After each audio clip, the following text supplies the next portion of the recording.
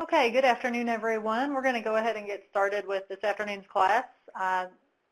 This is Superheroes 101, Introduction to the DC and Marvel Universes. Tammy Blackwell, the young adult librarian from the Marshall County Public Library that you see there on the screen in that adorable picture, is going to be your presenter for today, and I'll be turning it over to her in just 1 second. I wanted to run through a couple of housekeeping things first. If you have any technical difficulties during the class with the sound or slides, you can go ahead and chat those in, and I'll do my best to help you with those. I believe Tammy's going to ask everybody that she can explain this a little bit more, but she's going to take questions as we go in sections. So she'll be breaking during the presentation to take questions. So you can go ahead and be chatting those in, and she'll just hold them until she gets to that spot. At the end of today's class, you'll be able to download your own copy of these slides and to save, to refer to in the future, to share with your colleagues, so you don't have to worry about frantically writing down everything that's on the slides. A lot of the slides are photos, but you will be able to refer back to them if you'd like to have a copy of the slides. I think that's everything I need to cover. Oh, and you will be receiving a certificate, of course, very important for certification for your attendance today. I'll be emailing that out here in the next couple of days. So I think that's it. And Tammy, if you'd like to unmute your phone and come on, I'll turn it over to you. Okay, can everyone hear me? Somebody give me a thumbs up or a... All right, great. I am Tammy Blackwell. I'm the young adult librarian for the Marshall County Public Library. And as you can see in this picture, I don't know if you can tell, but I'm wearing my Hulk underoos as a little 2-year-old and getting a book read to me. So the book stuff and the comics go way back with me. And today I'm going to give you just an oversight on what graphic novels and comic books are, and then we're going to talk specifically a little bit about the Marvel and the DC universes, which are the two biggest superhero universes. And then at the end, I'm going to give you some programming ideas that you might be able to use, and maybe this summer. Probably you've got your summer planned, but if you've got some last-minute stuff you need to throw together, or future programs that you could use some superhero stuff. And superhero stuff goes across the ages. I'm 2 in that picture. I like superheroes. I'm 36 now. I like superheroes. So it doesn't matter if you're a children's librarian, adult librarian. Hopefully there's something you will get out of today's talk. As Charlie said, I have this in a couple of different sections. I have been doing this presentation for classrooms across the county over the last couple of months, so I do know that it runs right at an hour, so I'm going to just do those in sections so that we don't get completely off track and only make it through a few slides before we get done. So we're going to go ahead and get started, and we're going to start out with some basic comic book terms. First of all, a comic is an illustrated story that comes in issues. A single comic, what we refer to usually as a single comic, is really, really thin, thinner than a magazine usually. Usually just stapled there, in the middle, and my dad used to rhapsodize about how they used to cost a nickel. They don't cost a nickel anymore. Depending on the title, it could be like $1.99, $2.99, $3.99. And those will come out regularly, usually once a month, once every 3 months, something like that. And people often get those confused with comic strips, which are like Calvin and Hobbes or Garfield. But today what we're talking about generally is the comic that is an illustrated story instead of just some 3-panel jokes going on. Sometime you will see comics written with an X, and that's not just to be cute, although I see people sometimes doing it thinking they're just being cute, but it actually has a meaning. Comics is an alternative comic. Way back in the 50s when comics were really huge, they were putting lots of monsters in their comic books. That's what the boys that were reading the comic books loved. And mothers weren't liking that. They got really upset, and there was this whole big blow up, and Basically, it was censorship, and, as librarians, we frown on that. But what happened was there was something created called the Comic Code Authority. And the Comic Code Authority would look at every comic book that came out and be like, yep, that one's okay. And they would give it like a seal of approval. And most places would only sell comic books that were approved by the Comic Code Authority. So DC and Marvel, the big ones, they were part of the Comic Code Authority. But there were people who didn't want to do that. And so those started being referred to comics with an X. And they could be about anything, but generally this is where we got our more risque comics, our horror comics. Some of that came in. The term is still used today, but usually that's more now talking about alternative, small press. The Comic Code Authority no longer exists, but it did exist all the way. I believe Marvel dropped out in the 90s and DC dropped out right early 2000s. Don't quote me on that. I'm really bad at dates. But it was being used very recently still, although they were still doing stuff. And a trade is several issues of a comic combined into one volume. So we were talking at the top of the thing here about comics being, those singles, the stapled and the edge. When you take usually about 6 of those or so and you do them into one volume, and they could either be hardbound or paperback bound, they call that a trade. And actually it comes from the same trade as when we talk about trade paperbacks. That's what they were doing to them in the beginning, making them trade paperbacks. And the comic book industry took that word trade and turned it into a different meaning, because now they're not necessarily that same size, and they can be hardbound and all that. As a library, generally we collect trades. I do know that there's a few libraries out there that do collect the singles, and they kind of keep up with them like magazines. At our library, we do not do that. It's called trade weighting. You trade weight something if you're waiting until it gets bound together into a paperback or a hardback. More comic book terms. So here's what goes into writing. This is just general. Every comic book, I think, probably is like every single novel that's written. It's written in its own way. But basically, you have a writer who is responsible for the story, both the plot of the story and the dialogue. So they'll write it out almost like a script. And then they give it to the penciler, and the penciler goes in and draws all the individual images. And then an inker comes back, and they enhance that image, like what was in pencil now goes back and gets ink on it. Then a colorist comes in and adds color to it. So I guess those guys, were done with school at like 3rd grade or something, but actually there's a lot involved with it, but it does sound funny that their job is to color in something. And then a letterer comes in and adds those word balloons and the captions and the sound effects, the pals, and that doesn't get used as much anymore, but back in the day, the pals and the zaps. And then you have an editor who oversees the entire production of the comic. And sometimes the editor and the writer's the same thing, sometimes they're not.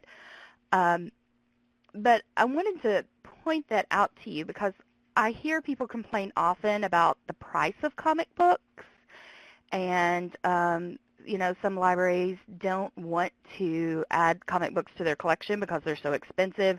Oh, that's only got like 20 words in it, and it costs $14.99 or whatever it happens to be. Not only are American comics generally full color ink, but all these people have to get paid. The people who work in the comic book industry generally do not make a ton of money because there's so many of them involved in the process that to charge enough for all those people to be doing well in life, it would be astronomical. So that's the reason comic books cost so much. And it's also the reason that, it's one of the reasons that here at our library, when we shelve our comics, our superhero comics, we do them by franchise and character, not by writer, because sometimes the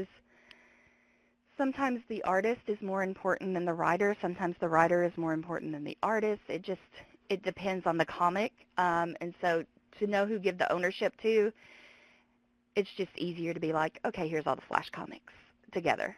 Plus, you're probably, even over the course of one series run, maybe 3 trades that are the same storyline, you may have 3 different writers, 4 different writers. I mean, they change up writers pretty frequently on some of those. So if you are new to collecting, or if you're thinking about expanding your collection and you know yours needs some work, I would suggest putting them on the shelf by the title or the franchise. So your Batmans together, your Hulks together, your X-Men together.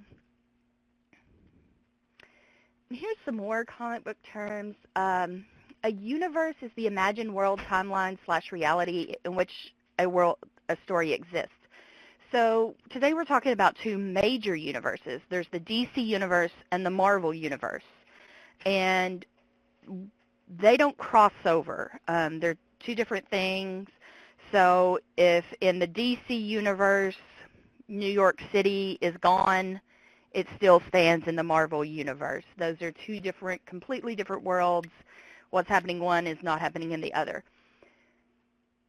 The thing is, once you get into DC and Marvel, each of those universes has their own universe.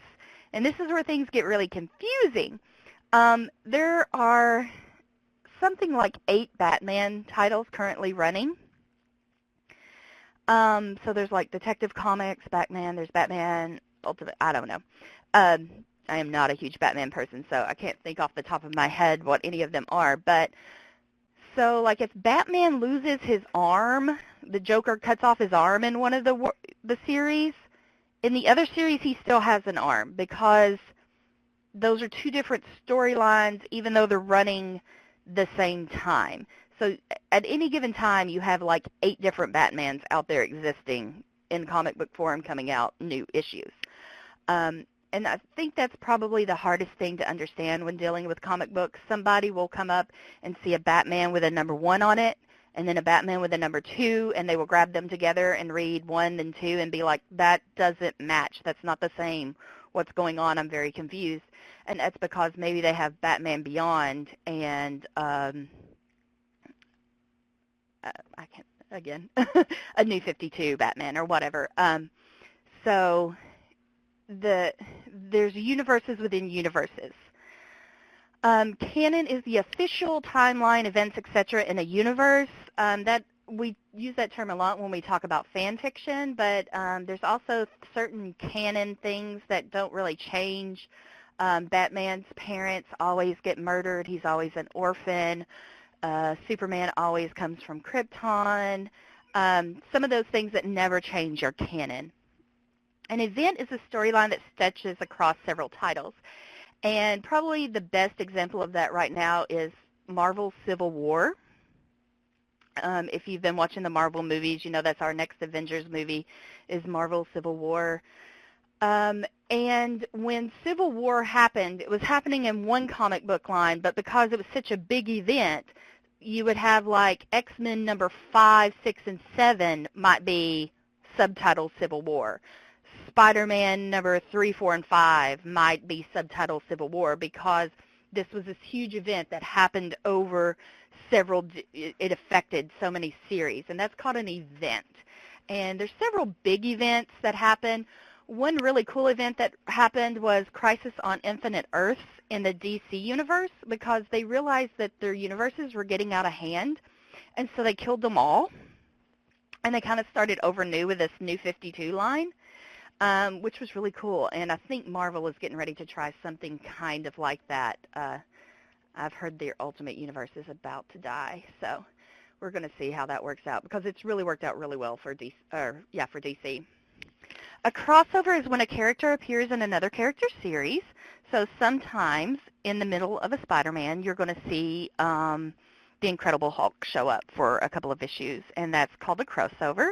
And then fanboy, fangirl, that's somebody who takes, that term really originated with the comics, and they take their comic book fandom very seriously, and sometimes you're going to get some of those people in the library, and they're going to maybe have some very passionate feelings about what you're collecting, And just remember as they're talking that this is something that means it's very near and dear to their heart. And even though they may be driving you a little crazy, just kind of smile and nod and listen to what they have to say. I tell the kids when I do this one for kids in the high school that you can be a fanboy or a fangirl of anything. It just means that you really, really like it. And I had one particular little boy ask me if that meant he was a fanboy of Copenhagen Mint. And when I explained to him that maybe he needed to pick a fandom that wouldn't give him cancer, he seemed kind of appalled. But that's what happens when you're 15 and you ask a librarian about snuff. So that's the end of that section, and we're getting ready to move into DC, and I don't see any questions down there yet. If you have one about that, if you want to go ahead and type it out after we get through with DC, before we start on Marvel, I can take that. Otherwise, we're going to move right into the DC universe, which is the older of the two superhero universes, and probably one of the most iconic. Just when you think superhero, you think Superman, you think Wonder Woman. So we'll get started with a little bit of the history. In June 1938, Action Comics #1 came out, and it was the first Superman comic. Superman had actually been in a comic strip before that, and he was the bad guy. It didn't work out, and so this happened in 1938. And then not too long after that, November 1939, Detective Comics #33 came out, and that was the first appearance of Batman. And then we had to wait a good long while still until January 1942 to get Sensation Comics #1 with Wonder Woman. And Alicia just typed in and asked who is considered our oldest or first superhero. Generally, we think of that as Superman here in 1938 when he, that's the biggest one. There's probably been some superhero comics before that. If there were, I don't really know who it was. So that's how DC got their start, and they were totally winning the game there in the beginning. They were, they were the superhero comics. Obviously, there's things happening in the world right around that time frame that made superheroes seem very attractive. We were in, the beginnings of World War II, getting into World War II, and so superheroes really caught on fast. Superman was the first and, probably the most quintessential. He Superman comes from a planet called Krypton, and his planet was destroyed, and he was sent here, and he gets his powers from the sun. Our sun is yellow. Theirs was, I believe, red. And so he gets his powers from there. Superman, basically, if it can be done, Superman can do it. He can fly. He can stop bullets. He's really fast, blah, blah, blah. I personally find him kind of boring for that fact. His only weakness is kryptonite. Superman has been done in movies a billion times, TV shows a billion times. If you've logged onto Facebook in the past 24 hours, you see that Supergirl is getting her own TV show now. Hopefully most of you are at least a little familiar with Superman. If you're like me and from the western end of Kentucky, you can always zip over the state line to Metropolis, Illinois, where they have a really cool Superman museum and a Superman statue, and in the summer they have a Superman festival. So that might be something you might be interested in checking out sometime. And then, even though Superman is like the quintessential one, DC's big moneymaker is Batman. As I said before, there's like 8 Batman comics ongoing. I know when I did this for the summer reading conference, I actually called and asked our local comic store. I was like, okay, how many different titles are you getting in that has Batman as their main character? And he started counting, and like at 8, he was like, let's say 8. And I was like, that's Batman is the main character, right? I said, he was like, yeah. I said, so Catwoman? He was like, I didn't count Catwoman. Did you want me to count Catwoman? I was like, no. Just to, I just think it's fascinating because Batman has this whole Bat family because he's adopted, or he's an orphan, he had to like pull in people to make his family. And so there's Robin. There's actually several different Robins. There's Nightwing. There's Batgirl. Harley Quinn now has her own comic. A lot of his villains are as famous as he is. Joker has his own comic. The Batman universe is huge, just huge. And that, to me, Batman's the hardest one to keep up with because of that, to keep up with which books go in what series and that sort of thing. But it's probably the one, especially by littler people, that you're going to get asked about the most is Batman. Wonder Woman. Wonder Woman is a princess or queen. Is she a princess or queen? I can't remember. She goes by Diana Prince. When she goes by a name other than Wonder Woman. We have not had a televised appearance of Wonder Woman in a long time, but we're going to get one in the Batman versus Superman movie. She is kind of the go-to person when you want to talk about feminism in comics because she has been doing this so long. And Wonder Woman is an Amazon, and she has a lasso of truth, and she can reflect bullets with her bracelets, and she's really cool. We almost got a movie several years ago. Joss Whedon had written one, and he took it to DC, and DC was like, this is weird. You're weird. Go away. And that was stupid because Joss Whedon now does Avengers, and obviously he knows what he's doing with comic books, but that's DC's little problem. In case you can't tell, I'm a Marvel girl. So here's some other DC characters who are getting a lot of press right now that you might want to be aware of. The Flash has his own TV show, and if you live near Central City, Kentucky, The Flash takes place in the place called Central City, which is what I would, if I lived in Central City, I would totally be playing that up. And Green Arrow. Green Arrow's really cool because he actually is not one of the older characters. He started showing up in like a Justice League cartoon 10, 15 years ago, and I just think it's fascinating that he was one of the first ones to get the big CW push when he's not, considered one of the, the founders of the DC universe. Want to know what my favorite Marvel is? We'll get. Obviously, I'm a Hulk fan because that's what I was wearing in the beginning, but I am all about the Avengers now. The whole universe of Marvel is just better. I'm sorry, DC people, but it's true. Green Lantern. There was a Green Lantern movie recently. It was really bad. Green Lantern, the cool thing about Green Lantern is that is not a person. It's a position. So, like, when you become a Green Lantern, you get this ring, and you're like a protector of the universe. And so there are lots of different Green Lanterns out there. There's, if you'll Google, you can find like a picture. There's like tons of them. And so Green Lantern's a position instead of a person, which may help you with, when you're looking at the comics, you'll be like, whoa, you do not look like the other person. It's because they're not.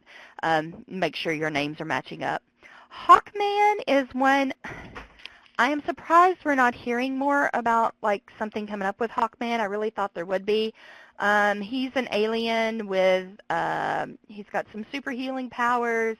His wings are made of metal. He's got some anger issues. But Hawkman is one, he's pretty popular. Not like mainstream popular like Batman and them, but there's a lot of Hawkman fans out there, so I'm surprised they're not doing more with him, but I think it's a matter of time. Aquaman was a long time the joke of the comic book world, and still kind of is, but they have cast Jason Momoa as Aquaman in the new Batman vs. Superman movie, and he is huge and dreamy and awesome, so I'm now an Aquaman fan. Also, the new 52 Aquaman is real, like the first one I read it, and it was hysterical. And they kind of knew, it was kind of tongue-in-cheek, like they know that people think Aquaman's lame, and they really stepped up to the plate with that and made him much cooler. And so I think maybe he's not going to be quite the joke he used to be. Teen Titans is another one that's really popular because of the Teen Titans TV show. I liked the one back in like the early 2000s. I liked it a little better than Teen Titan Go, but Teen Titan Go is still pretty funny. The thing you need to know when you are collecting comics for Teen Titans, Teen Titan Go, if you collect that comic book title, is for the younger readers. The actual Teen Titans line is about teenagers, and I mean it's like a YA book. There's going to be situations in there that deal with teenage stuff that may not be appropriate for younger readers. The only time I have had to deal with a book challenge here at the library in my 10 years so far was over a Teen Titans comic. A little boy had picked it up off the shelf, wanted to take it home. His mother flipped through it and did not like what she had seen in there, and filled out a request for reconsideration form. And that's because Teen Titans, Teen Titans Go for little people. Teen Titans series is very much YA. So, your like 8-year-old readers may not, their parents may not be comfortable with them reading it. They may not be comfortable. That's your public service announcement about Teen Titans.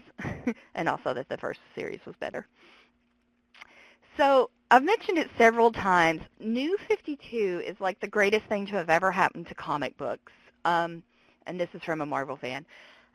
Like, I guess that was 2 or 3 years ago now. They completely reset everything. They killed off every universe, every storyline they had going on, and they started everything back with number 1. And they're building, every year they're adding a couple of more, and eventually they'll have 52 titles running. Some of the better ones that are running, the Batman, of course, and there is one that's just a Batman title. The Death of the Family under the Batman heading, see, that's 2 different things. But the Death of the Family, it's pretty, because the Joker can be really violent and horrible. So, that one definitely for your older readers, but it's been very popular. I am really proud of the Batgirl series. For those of you who don't know, Batgirl is a librarian, so we all love her very much.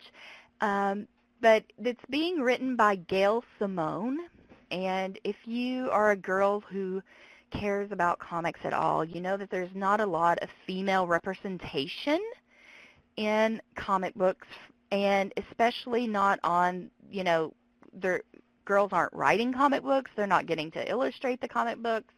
And so for Gail Simone to have had the head of the Batgirl title for the last couple of years, and she's doing amazing things with it.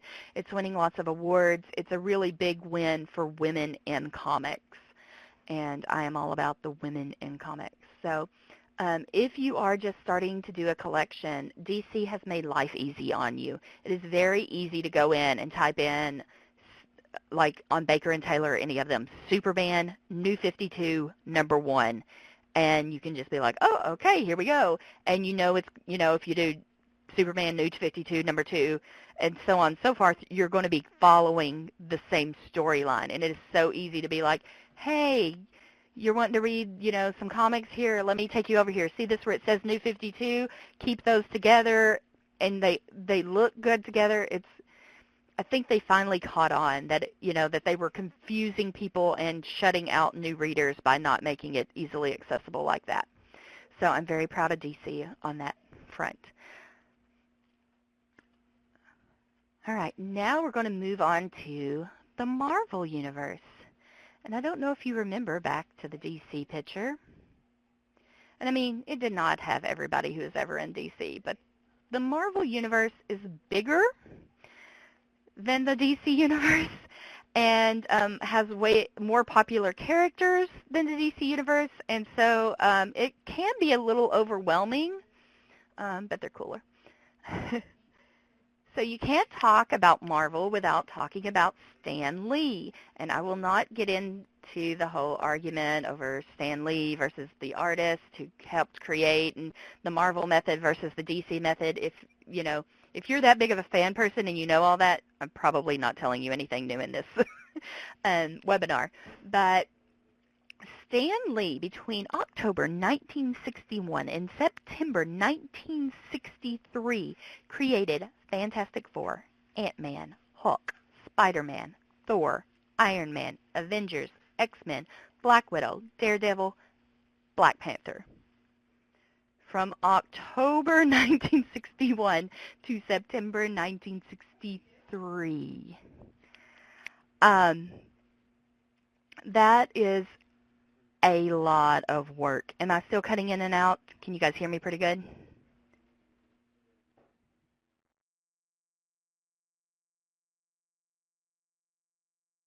Okay. Our phone is an internet connection, so that may be the problem. I said it was cutting in and out, but now they're saying it sounds pretty good. So,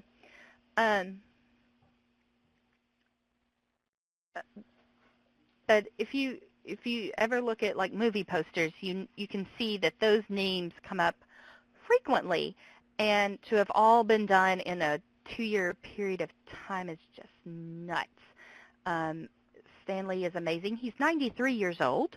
He is still out there doing stuff, and still signing autographs, and he's really cool. So to talk about, because DC is currently winning the comics game, Marvel is winning the movie game, and this is how. Marvel knew that they wanted their own movie studios, but they needed some money to do that. So they sold rights to some of their biggest titles: Fantastic Four, X-Men, Deadpool, Wolverine, SpiderMan. They sold those rights, and from that money were able to make their own studio. But this is why you can have the Hulk and Iron Man in the same movie, but you cannot have the Fantastic Four in the Avengers, which is annoying because they're like pretty much the base of the Avengers, but it's because they sold the rights. And some of you may already know this from the way like book rights work. Like if I was to sell the rights to a book to 20th Century Fox, 20th Century Fox would have so much time, it's usually 3 years, to actually make a movie from it. If 3 years lapses and they haven't made a movie, I get my rights back, and then I can go sell them to Sony or whoever. The rights to these characters is working the same way, which is why we keep getting crappy Wolverine movies every couple of years, is because they don't want to lose the rights to those. It's the reason they're redoing Fantastic Four, is because they don't want to lose the rights to the Fantastic Four. You may have heard recently Sony Pictures is having trouble staying afloat with the SpiderMan franchise, so they are letting Marvel Studios use him, which is cool. I wish they'd just give it back, but whatever. But that's the reason that these guys, even though they're in the same universe, you're not seeing as much crossover. And Scarlet Witch and Quicksilver happen to be, I don't know how that happened, that both Marvel and 20th Century Fox has the rights to them. So if you went and saw X-Men Days of Future Past, and there was Quicksilver in there, and he was like a teenager in the 70s, and he was really cool, and then you went and saw the new Avengers movie, and Quicksilver was in there, and he was a teenager now, and he was kind of sketchy, you're like, wait, how did that happen? That's because they're actually now existing in 2 different universes. So I like to point that out because it does make a difference, because patrons come in and they ask things about this, and it's kind of good to know where that's all happening. So Avengers, yay Avengers. The new movie just came out, and these guys are really hugely popular. These are the comics that are going out, like not just my Avengers titles, my Iron Man titles, my Thor titles, my Captain America, Hulk. Hawkeye, he doesn't go out as much because nobody really loves Hawkeye. And Black Widow, of course, they don't really do enough with because she's female. But these are the biggest, some of the biggest titles going right now. And as Ashley pointed out, Loki's supposed to be a bad guy, but he's just so lovable. That's why I put him down there. He is one of the more, it was really sad when he wasn't in the last movie, but Loki's getting a lot of love too. And Loki shows up in some other comic titles, and I can't think of what it is right now. It's not an Avengers title, but it's some Teen Avengers type stuff. And so there's a Teen Loki. When I see Teen Loki on stuff, I tend to buy it just because I know that our teenagers really love Loki, and so they're going to pick it up, and they're going to think it's really cool that Loki's a teenager like them. The X-Men is probably the second biggest thing in the Marvel industry, and as I said, they're not owned by the same movie company, so you're not going to see a lot of movie crossover, but there are a lot of X-Men. The X-Men, they are mutants, so they're born with, most of them are born with some sort of mutation that gives them powers. The X-Men universe is so large that in the House of M, which was a Marvel event, the Scarlet Witch gets mad because her husband gets killed, and she decides to rewrite the world so that only 200 and something X-Men now exist. There's now only 200 and something mutants. Only 200. There are so many X-Men, it's ridiculous. I mean, I'm a huge X-Men fan, and I'm not even sure who one or two of these people are in this picture. So there's the good mutants who are the X-Men, and they go to St. Xavier School for the Gifted and Talented, or teach at the St. Xavier School for the Gifted and the Talented. And then there's the bad mutants who are the Brotherhood, who kind of believe that mutants are so much more awesome than humans, they should pretty much like overtake them. There's some really great storyline stuff going in there. This is a lot. I think this is Stan Lee dealing a lot with being a Jewish American and growing up during the 40s and 50s, being a Jewish American. I mean, Stan Lee's name is not Stan Lee. It's like Stan Lebowski or something, and he changed it because he couldn't get work with such a Jewish name. So X-Men's really cool. It deals with a lot of issues, social issues like that, which I think is awesome. Guardians of the Galaxy, here's my theory. They were sitting around the Marvel Studios saying, okay, we are doing so awesome right now with our movies. Let's take our lamest title, cast it with some people who people think can't act, like Vin Diesel and a guy from the wrestling universe, and make a movie and see how much money we can make. And it was so awesome. It was so awesome. These older Guardians of the Galaxy comics, I would not recommend. I don't have them. There's somebody might think, oh yeah, I would like to know like the old stuff. Really, you're going to want to start with this right here, the Guardians of the Galaxy #1 that's on the far right that says Marvel now. And that's going to be more of what they saw in the movie. It was really cool. The movie was hysterical, and I loved it. And the comics that started with this, the Marvel Now titles, are going out pretty well here at my library. Fantastic Four is getting a reboot, and I don't know, I guess it'll be okay, whatever. I'm not a huge Fantastic Four fan, and I don't actually think the movie looks that great, but maybe it's better than it looks to me. So the Fantastic Four, they're like astronauts or something that got contaminated somehow. So Johnny Flame can burst into flames, and Mr. Fantastic can stretch, and Susie Storm can turn invisible, and then Ben is the Thing, and he's basically this big rocky thing. So I told you about the Comics Code Authority and how they were no longer able to do monsters. one way that Stan Lee was able to get around that was he had people like The Thing that look like monsters, but they're not actually monsters. And there's lots of The Thing versus the Hulk. So it looks like two monsters fighting each other, but they're not really monsters. One's a mutant, and, one got zapped by some gamma radiation. And so they were able to get around the Comics Code Authority that way. And so that's why you have The Thing and the Hulk being all big and scary like that, basically. Spider-Man.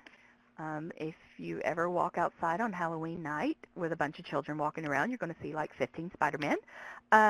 Spider-Man is hugely popular, especially with young people. Again, they've tried to do lots of things with him in the movies, and it's not been working recently. So they are letting Marvel Studios borrow him.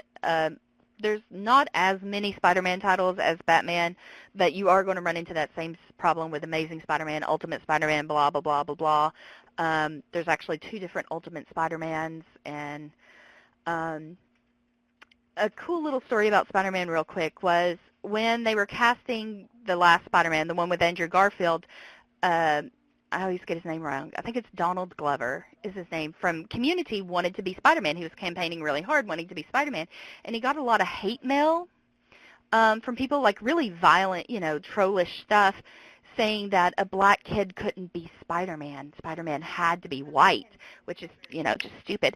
And so the current Spider-Man is actually not Peter Parker. His name is Miles Morales. And Miles Morales is African American. So I think Brian Michael Bendis, I feel like that was almost in direct response. I've heard that it was actually in direct response, that Brian Michael Bendis was just like, hey, you say Spider-Man can't be black? Watch this. Guess who's in charge of the Marvel Universe? So I think it's going to be interesting to see who gets cast in the Marvel films as Spider-Man. There is a lot of hope that it will be a person of color. I'm hopeful, though I would like it to happen, but I feel like it won't, but it would be really awesome. Scarlet Witch and Quicksilver, we talked about how they are owned by both of the movie studios, so there's going to be, Quicksilver has appeared into the bigger last year's big movie, this year's big movie. So you may be getting some people interested in that. Scarlet Witch there was just a good graphic novel that came out of hers, and it's Avengers Scarlet Witch, and it's like one graphic novel, just the whole story in one book. I think I just cataloged that just a couple of days ago. And she can bend reality. She can make you see things that aren't there. She can do all sorts of things. She's really cool. And then Quicksilver is so fast that he can actually run faster than time or something. I'm not really good with the physics part of the comics. Like, they're like, he runs faster than time. And I'm like, I don't understand how that works. And they're like, go with it. I'm like, okay. So he can like, kind of time travel a little bit because he runs so fast. Deadpool. As I was doing this webinar, someone came and dropped a note on my desk that says Deadpool is the best. And this is generally the attitude you're going to get from people. People love Deadpool. He is sarcastic, and he breaks the fourth wall. So he, like, talks to the reader of the comic. If you go to any sort of Comic-Con type thing, you're going to see a lot of people dressed up as Deadpool. He is just a fan favorite.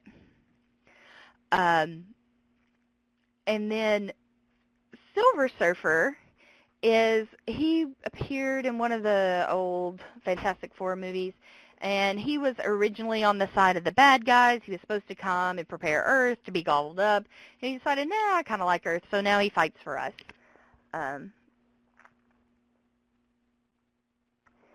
AntMan movie is coming out this year, and at first I thought it sounded really stupid, but then they cast Paul Rudd, and so I was okay with it.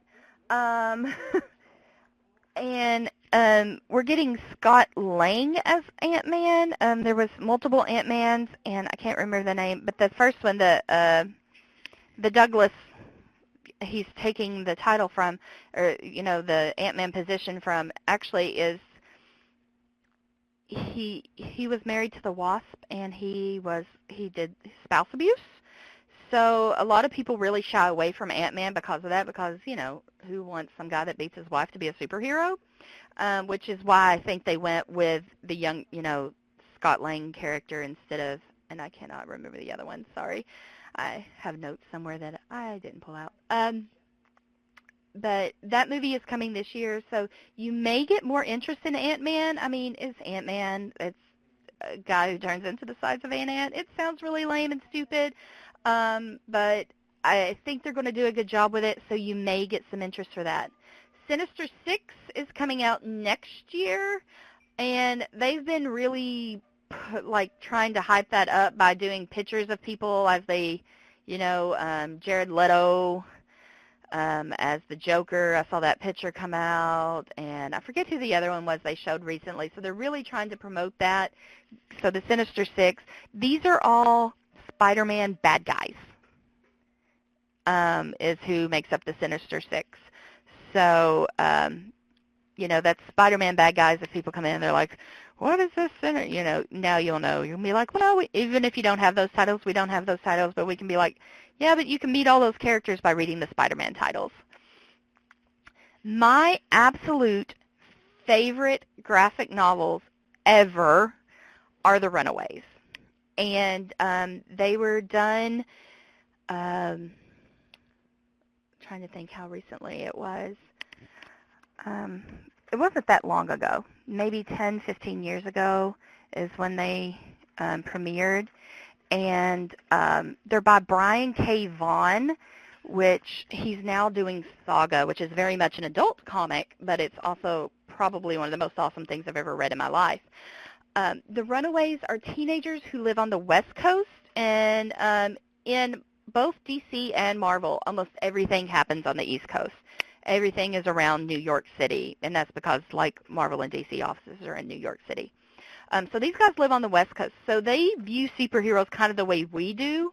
They're like, oh my gosh, isn't, Captain America the dreamiest or whatever. But they're doing it like we would celebrities. So, they really exist, and they might see them out somewhere. And these kids discover their parents, get together every so often for some, get-together, and they kind of spy on them and discover that their parents are actually supervillains. So they run away and try to become superheroes and undo the bad of their parents and kind of fight their parents and whatever. The drawing on them sometimes, especially the early ones, makes you think, oh, maybe this is appropriate for really little kids. It's not. I mean, this is very much a YA level. Brian K. Vaughan did the first couple of runs, and they were amazing, and then he turned it over to Joss Whedon. And Joss wrote it like he would have wrote Buffy. So if you don't know, Joss Whedon is creator of Buffy the Vampire Slayer. So he wrote it so it's that level. I mean, you're not getting a ton of cussing, or they're not taking off their clothes a whole lot or anything, but it's definitely centered towards teen readers instead of young readers. But it is so cool, and it's so funny and clever, and it's just the best thing ever. I highly recommend The Runaways. So if you're doing some Marvel collection development, it's a little harder. As I said, there's two Ultimate Comics Spider-Man. So the first picture there on the left with the big bug eyes, that is a little bit of an older one, and they kind of killed that one off and rebooted it with the one that says Ultimate Comics with an actual S on it, Spider-Man. That's how you're supposed to tell the difference. I hate it. But Ultimate Comics Spider-Man is one I highly recommend. It tells the whole, story. It starts with Peter Parker, but then it tells of Peter Parker dying, and then Miles Morales taking up the spider suit, and, it's really well done, really good comic. Infinity Gauntlet. If you have been watching the Marvel movies, they're collecting those stones in each of the movies, and at the end of the Avengers, there was Thanos and he's got the thing, and yeah. So we're obviously moving towards this storyline. This is an older comic, so you can get the whole run, the whole graphic novel run of it in one big volume. I recommend having that on your shelf because I think people, especially if they've been watching the Marvel movies, are going to be interested in that. The Ultimates is a reimagining of the Avengers, and that has been very popular here. Marvel Zombies was written by Kirkman, who writes The Walking Dead. It is the grossest thing I have ever seen in my entire life. Like, the Hulk bites this poor woman in half, and her innards are dangling from his. Oh, it's so gross. It is so gross. And middle school boys love it. Love it, love it, love it. They will look at it and they will read it and they hug it and they love it. So Marvel Zombies, even though it's disgusting, I recommend that one. And then, of course, I said before, Guardians of the Galaxy. It's funny, and they pretty much had to reboot it just because they made the movie and they didn't really have a good comic thing going on. So Guardians of the Galaxy is a good one. And as I said, I have heard rumor that they're killing off kind of the Ultimates universe. I'm not sure about that. It does sound like Marvel may be taking a page, though, from DC's book, and they're going to try to kill everything off and start everything fresh again. So if they do that, we will actually have a little bit easier time with collection development when it comes to Marvel Comics. And I'm going to go into some programming here for the last, couple of minutes. If there are no questions, let's see here. I'm going to go ahead and start talking about some of these, but I'm going to keep an eye on the chat thing and see if anybody comes up with anything about what we've talked about so far. So super programming. We have Lego nights here at the Marshall County Public Library, and they are huge and crazy, and And one of the things we do are these Lego crafts, and I actually, this image that's on there, that's something I did in Photoshop, and you can see the instructions for whoever to cut them out. So we have some of these. I've done some different ones, but I've done some with superheroes because there's lots of Lego superhero stuff out there. And we cut them out, and the kids get to put together their own little mini figures on paper. And they could have Batman's top and Superman's legs and whatever. And that's something we do. And my email, I'm going to actually type my email address in here in case, so you don't have to.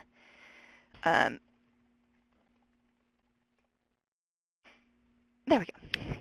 That's my email address, and so if you are that Lego craft, maybe I would like to try that, go ahead and email me. We don't mind sharing that with anybody. As I said, I did it in Photoshop. If you have Photoshop skills, you could take one and make whatever out of them. But that's a really fun one for the preschool set. That's the preschool set's usually who ends up at that table at Lego night wanting to make the little paper minifigures. And you can do all sorts of stuff with Legos and superheroes. There's games for, the Xbox, the Wii, whatever. There's the actual figures. You can get packages that are Batman, and both DC and Marvel have Lego stuff going on. So Legos and superheroes go together really well. You can get free coloring sheets online with superheroes on them, which is excellent for when you're doing maybe a bigger program and you're going to have some downtime or something like that. I always, anytime I am part of a program where we're going to have children, I'm like, oh, we got to have, we have a table with some crayons and some coloring sheets just so there's something, it's almost like a calm down station. Or, for those really shy kids who don't want to get out there in the middle of something, they have something to do. But if you Google free Marvel or free DC coloring sheets, there's tons. Create your own superheroes. The teenagers are wearing capes that I got from Oriental Trading, and I think the little kids are too, but I think we ran out, and so we made some out of old pillowcases. And then the mask also came from Oriental Trading. They're super cheap. It's Oriental Trading. We just used Sharpies or markers or whatever on them, and they created their own superheroes. And both the little bitty kids and then my teenagers had a blast with it. You know, the little kids, they're just going to be like, I want to be Batman, and or whatever, and they're just coloring and drawing. And my kids were coming up with there's like Tumblr Girl and Cat Lady and stuff like that. They had a ball with it, and it's a really simple program to do, but it really promotes some creativity, and it's a fun one. I enjoyed it. Some of you have probably heard me talk ad nauseum about our Storytime Live programs. I really love doing those, and last year we did Superheroes Live. So the teenagers each took a character, and they got to choose their own, and they came up with their own costumes, and I made them research their characters, so they were supposed to know all about them. And they did like a little panel discussion, and they talked, and then they interacted with kids and got their picture made, and it was a lot of fun. I really enjoyed it. And so if you have a teen group at your library, the great thing is not only are you involving your teens, then you're doing a program for the kids. It's then a free program for the children's programmers, because, and it's all I pay for is pizza. Because we have 3 branches, and so we do it at all 3 branches that day, and in the middle I give them pizza. It's really a cheap but really awesome program. Interactive movie viewing, there is a way to do that through like text messages, and you can actually put your comments on the thing. That didn't work for our system. But what we did was we did a viewing of the Avengers, and we kind of did it like a Rocky Horror. So anytime Captain America came on screen, everybody had to salute. Anytime Thor came on the screen, you threw up your arm and said, "For Asgard," which is, he's from Asgard. Just a few things like that. I was looking into things, and of course, a lot of the games for watching movies are shot games, take a shot. And so I took 1 or 2 of those, and we did shots of pixie sticks. Every time something happened, you had to do a pixie stick real fast. So nobody choked. I'm not really sure how that worked out, though. I don't necessarily recommend that. But we did, and it's an interactive thing, and there's so many Marvel movies, and kids love them. You can also, if one's coming out on DVD on a Tuesday, maybe schedule a viewing on a Friday, and so where they're still really excited about it. Viewing the movies is really a lot of fun, especially for teenagers. I've had some great results doing that. And then we had a cosplay workshop recently. That was back in October. And I had just had, these are local cosplayers that are part of a larger cosplay group, and it's actually like a Christian-based one, so I knew that they weren't going to bring in hoochie mama stuff or anything that was going to maybe be inappropriate for teenagers in the library. And I told them beforehand, I was like, listen, these guys, they don't have a lot of money, so they're not going to have, they're not going to be able to go online and buy whatever the expensive things is and, do all the crazy stuff. Can you tell them some cheap and easy things? And these guys were so awesome. By the time they left, I thought I could create my own cosplay costumes. I cannot. I'm really not crafty at all. But it was really cool. They brought in this big thing, and they were like, we got this at Sears this morning for $25, and they just showed them all sorts of cool things that they could do themselves. And if you don't know, cosplay is when you dress in costume as something, so superheroes. So those wings there, those are Hawkeye's wings. Not Hawkeye. Hawkman's wings. I knew that sounded wrong somehow. Hawkman's wings, and so he actually had a string that he would pull, and they would like expand, and then they expanded to like a 6-foot or 7-foot wingspan. It was really cool, and that was just something they, put together in their house, sitting around the living room. So that was a lot of fun and really cool, and I would think that no matter where you are in Kentucky, you can probably find some cosplayers, some cosplay groups that you could talk to about coming into doing something like that. And I think that is the last slide. And as I told you, I knew it was an hour long. So sorry, some of you may be needing to get out of here quickly. Is there any questions I can take here right at the end?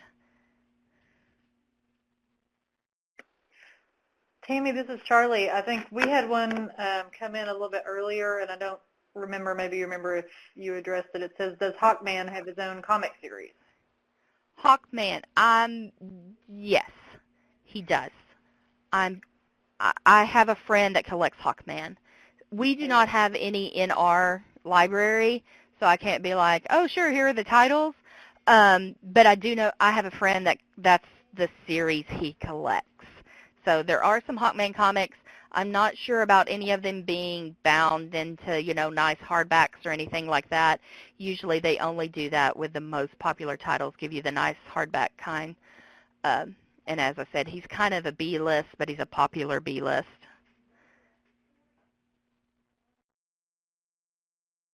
Anybody else? Thank you guys for listening to me sit in a room and ramble at my computer for an hour. We do not do subscriptions. Somebody asked about we are not one of the libraries that do them like magazines and have I order them from Baker and Taylor, and I get some on standing order from Ingram. Every once in a while, I have to go on Amazon to find what I need, but that's really rare that I have to do that. Mostly Baker and Taylor has what I want because I only buy trades. And if any of you guys have Hoopla, if your library already has the Hoopla database, yesterday they started offering comics as part of their service. They are not DC or Marvel, but they have some really cool titles on there. I'm kind of excited about it. They got a lot of fandom stuff like My Little Pony, Doctor Who. So if you have Hoopla, yay, comics.